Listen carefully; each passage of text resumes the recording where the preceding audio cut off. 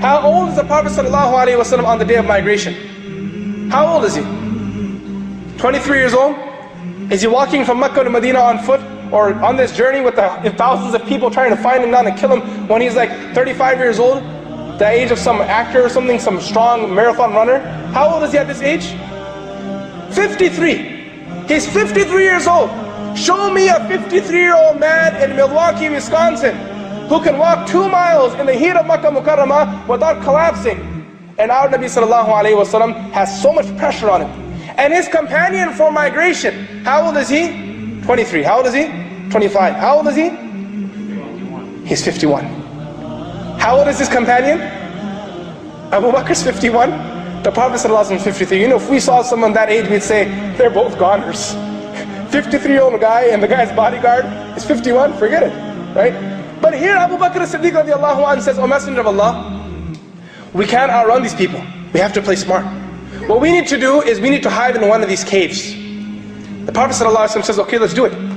He says, O Messenger of Allah, but there's an issue. The issue is that wherever we go, they're going to catch us. Because they will see 2 sets of footsteps. And they know there's 2 of us. He said, O Messenger of Allah, we have to remove 1 set of the footsteps. Now you and I would think that someone's going to get a bullet in their head. Right? We have to remove 1 set of the footsteps. He says, O Messenger of Allah, we have to remove 1 set of the footsteps. The Prophet ﷺ says, Abu Bakr, what are you suggesting? He said, O Messenger of Allah, grab my back and let me carry you up the mountain. What is he saying? Grab my back. I'm going to carry you up the mountain. And this is not a walk in the park. This is a steep mountain. Ghar al-Thawr. He says, O Messenger of Allah, get on my back, I will carry you up.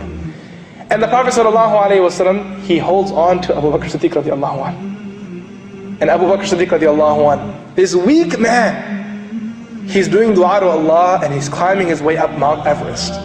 He's climbing his way up Thawr. And he's going towards that cave. And let me tell you one thing. The Prophet ﷺ, he wasn't only, his mass wasn't only composed of his flesh and blood, his bones. His mass was composed of prophethood. It was composed of wahi. You know when they conquered Makkah Mukarramah, the Prophet ﷺ, he entered into the Kaaba and he took his staff and he was breaking all the idols in the Kaaba. There was one idol that was at a lofty high place in the Kaaba. The Prophet ﷺ couldn't reach it. Ali radiallahu anhu was there. He said, O Messenger of Allah, jump on my shoulder, let me get you to the top so you can break that idol. Now Ali radiallahu anhu on the other side was a stocky guy.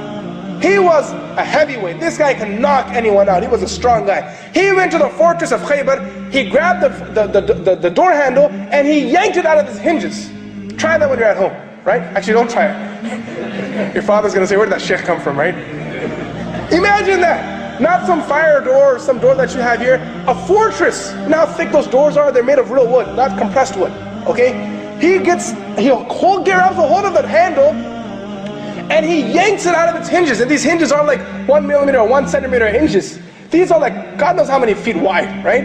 He yanks it out of its hinges, and then he says, the people, the Yahud, they came out of that fortress, and as they came, Ali radiallahu anhu told his companions, stand behind me, and he rushed them with that door. He held the door in front of him, and he ran forward, and he knocked them all off their feet.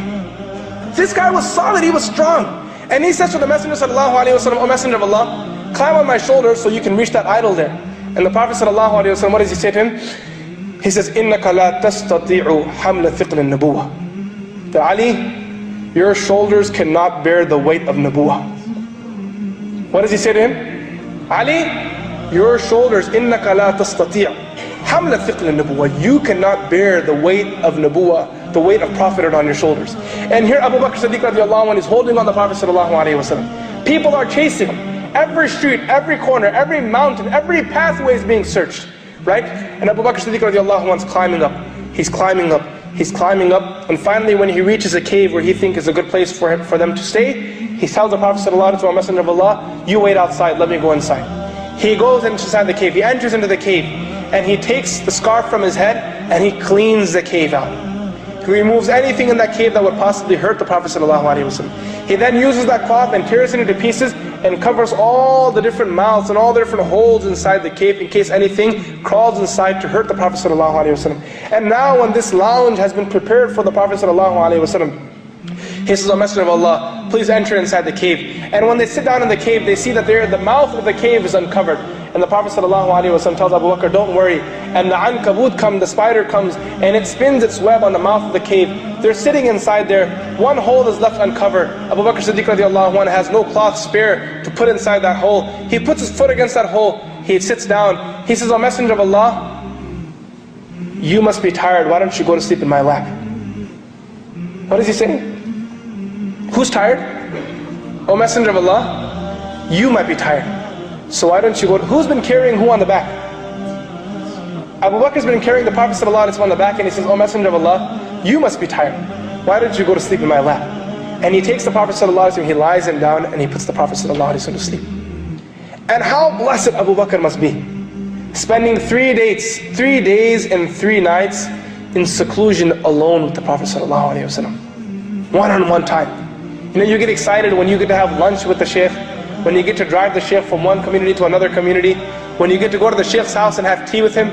He spent one-on-one time, not with the Shaykh, with Shaykh al-Mashayikh, Sayyid al-Anbiya'i wal-Mursaleen, Khairul Khalqillahi kullihimi. He's spending personal time with the Prophet ﷺ. And Nabi ﷺ is in his lap. And the story is very famous. He's covering his foot on that hole. The snake comes and bites his foot. And he feels the poison is spreading through his body. And as he feels that poison is spreading through his body, Abu Bakr Sidiq radiallahu anh, he can't bear the pain. But he doesn't want to move.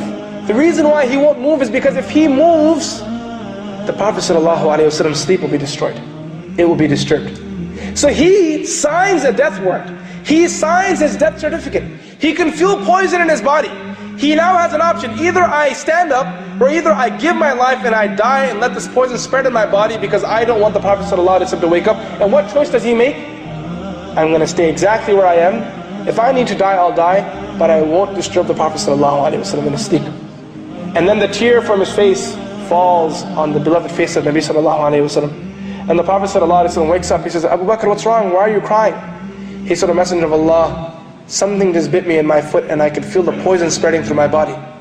The Prophet ﷺ says, Abu Bakr, show me your foot. And the Prophet ﷺ takes his blessed saliva, he places it on the foot of Abu Bakr Sidiq radiallahu anhu. Abu Bakr Sidiq radiallahu anhu says, my other foot used to hurt sometimes, but this foot was made of iron now.